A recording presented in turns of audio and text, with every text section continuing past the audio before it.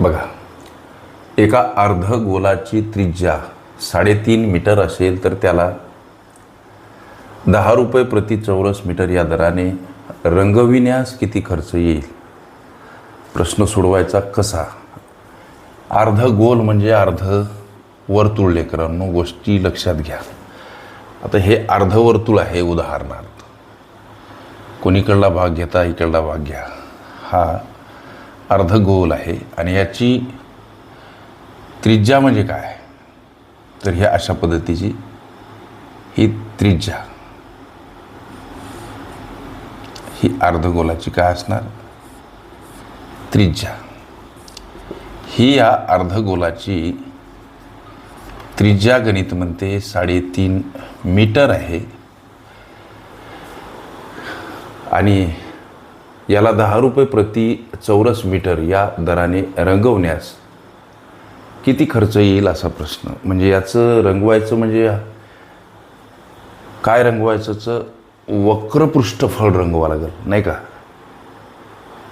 मग अर्धगोलाचं वक्र पृष्ठफळ हा प्रश्न. अर्धगोलाचं वक्र आणि पृष्ठफळ काढण्याचं एक सूत्र आहे लेकरांनो, 2πr².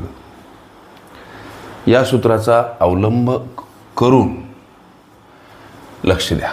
अर्धगोलाचं वक्र पृष्ठफळ काढण्यासाठीचं 2πr² हे सूत्र आहे. या अर्धगोलाचं जे काही वक्र पृष्ठफळ असेल म्हणजे बाहेरचा भाग, लक्ष द्या. तुमच्या समजण्यासाठी परिमिती म्हणजे असं परिमिती म्हटलं संबोधलं तरी चालते. बाहेर असलेला भाग ज्याला रंगवायचं तो भाग म्हणजे वक्र पृष्ठफळ. आणि अर्धगोलाचं वक्र पृष्ठफळ काढतात 2πr² या सूत्राला.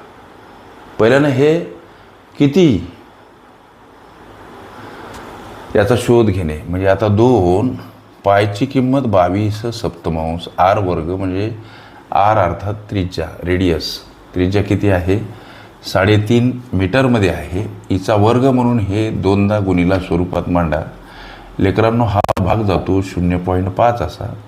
इकडं 2 गुणिला 22 सोबत गुणिला 0.5 गुणिला 3.5 हा संबंध गुणाकार येतो लेकरांनो 77 आणि चौरस मीटर हे त्या अर्धगोलाचं वक्र पृष्ठफळ आम्हाला सापडते. याचा अर्थ रंग देण्यासाठीची पर्याप्त जागा, क्षेत्र किती बाबा?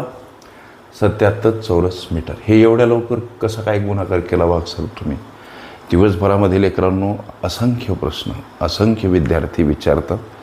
त्यांना दिलेल्या एक्सप्लेनचे ठसे ताजे असतात मेंदूवर आणि म्हणून ह्या सगळ्या इन्स्टंटली ॲक्शन तुम्ही त्याला टॅली करू शकता. गुणाकार वाटल्यास करून पहा की एवढा येतो नाही येत.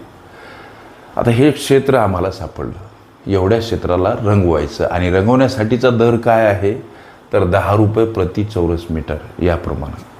म्हणून इथं 10 रुपये प्रति चौरस हा हा जो भाव आहे गुणिला घ्या.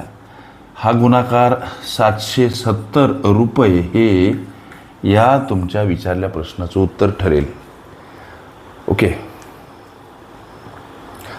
अर्धवर्तुळ ही माझी प्लेलिस्ट अवश्य बघा. त्यामध्ये विविध स्पर्धकांनी विविध अंगांनी विचारल्या संभाव्य अशा असंख्य प्रश्नांचा सराव तुम्हास करता येईल.